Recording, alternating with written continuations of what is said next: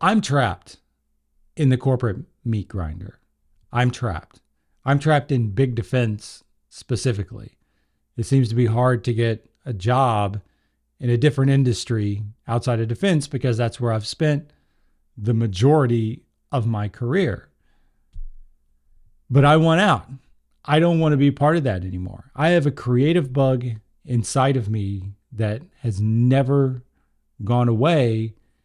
And I've worked in a realm that is the opposite of creative work. It is process driven.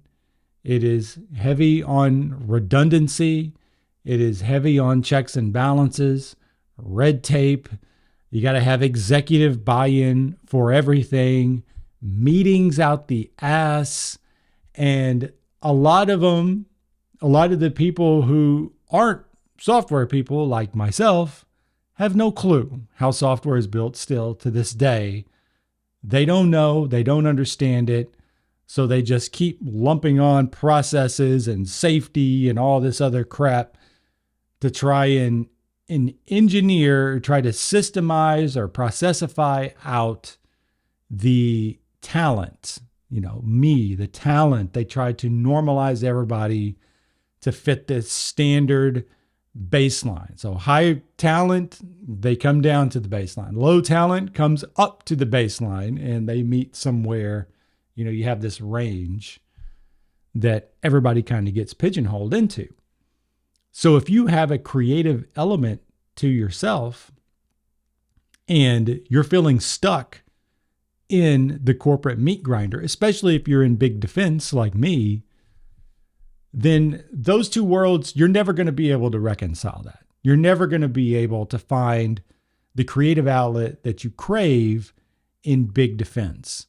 And I would argue that you're not going to find it out in the commercial world either, like in big tech or wherever, because they're going to have the same systems and processes and, baseline curves that big defense has. Maybe not as extreme. Maybe they reward talent more than big defense does, because big defense is all about butts and seats, right? They get paid by the worker because they charge the government a labor rate, and that rate is way more than what they pay people, and that's how they make their profit.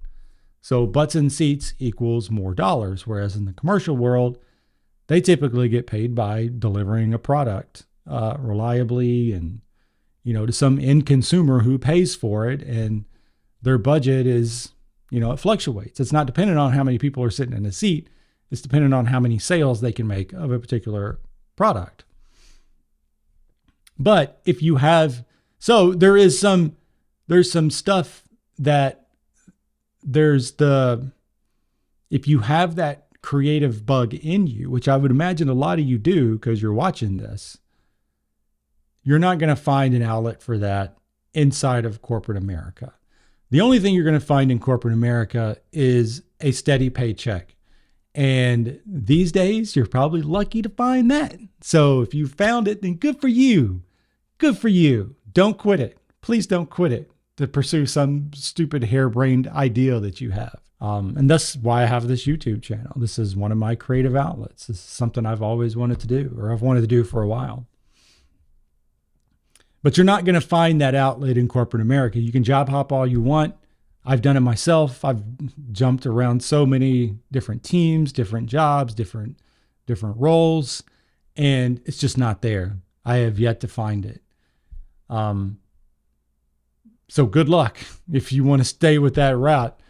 But I would dare to say that, we're living in this time where we have the tools, we have the outlets to be able to do our own thing without needing approval from gatekeepers or, needing a whole big chunk of investment or having to take some big life-altering risk. Is like, why risk it? It's like you can conduct small experiments. You can try doing things that you think will be interesting and that will suit you, but may not turn out to be. You don't have to make a large investment and figure it out all up front. Is that you can do it over time. But I think a lot of people just don't know where to start because they don't either they have so many things that they could do, or they don't know, they have no clue. They have a handful of skills, they have interest, and they don't know how to mush it all together into a cohesive strategy that gets them out.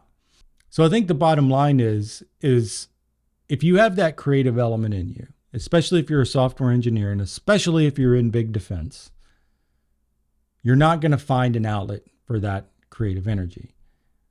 You're going to feel trapped a lot of the time because, that what you need to exercise that just doesn't exist in that world.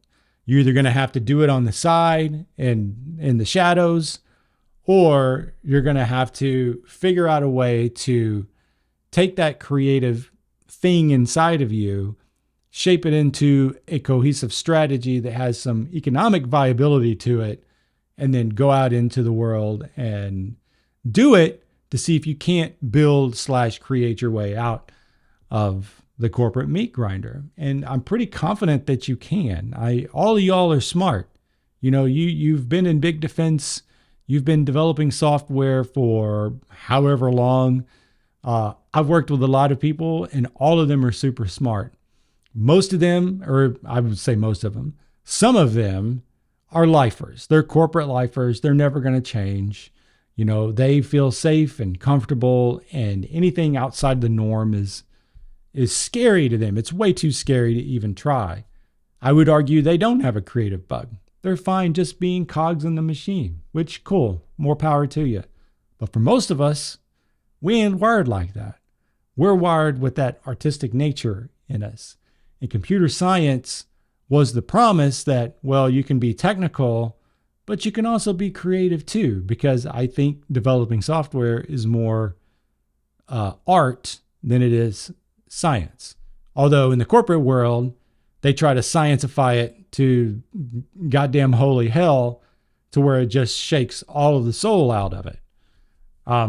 So if you have that element in you, then I think it's worth pursuing doing your own thing, like taking that creative element and trying to, I'm just going to say it, build a business around it, make money with it, however you want to call it. It's not following your passion, but it's exercising the demons. And I think that is a significant reason why people are burned out, why they feel trapped in their corporate gigs, why they are jaded, why they're just run down. A lot of people are just run down. They're just tired of the grind.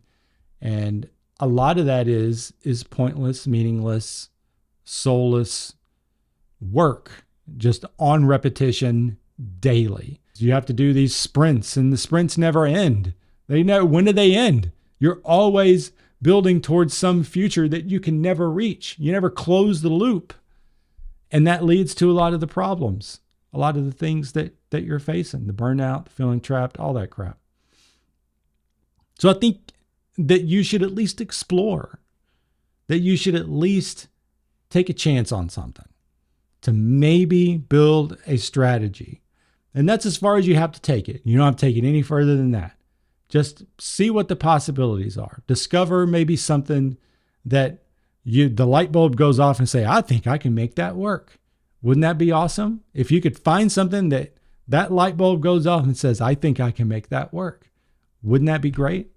Wouldn't that be better than sitting around just sitting with the emptiness, just the icky, the doo-doo that's just piling up right here in the center of your chest all day, every day, and just let them beat the shit, just beat it out of you all the time? You don't want that. You don't want that long term. You don't want to die face first into the keyboard. But that's your future. That's the future you're facing.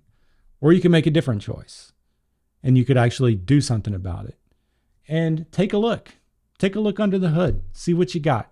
See what you got under there that maybe has some better economic viability than what you're working with now. And I think that you'll feel better.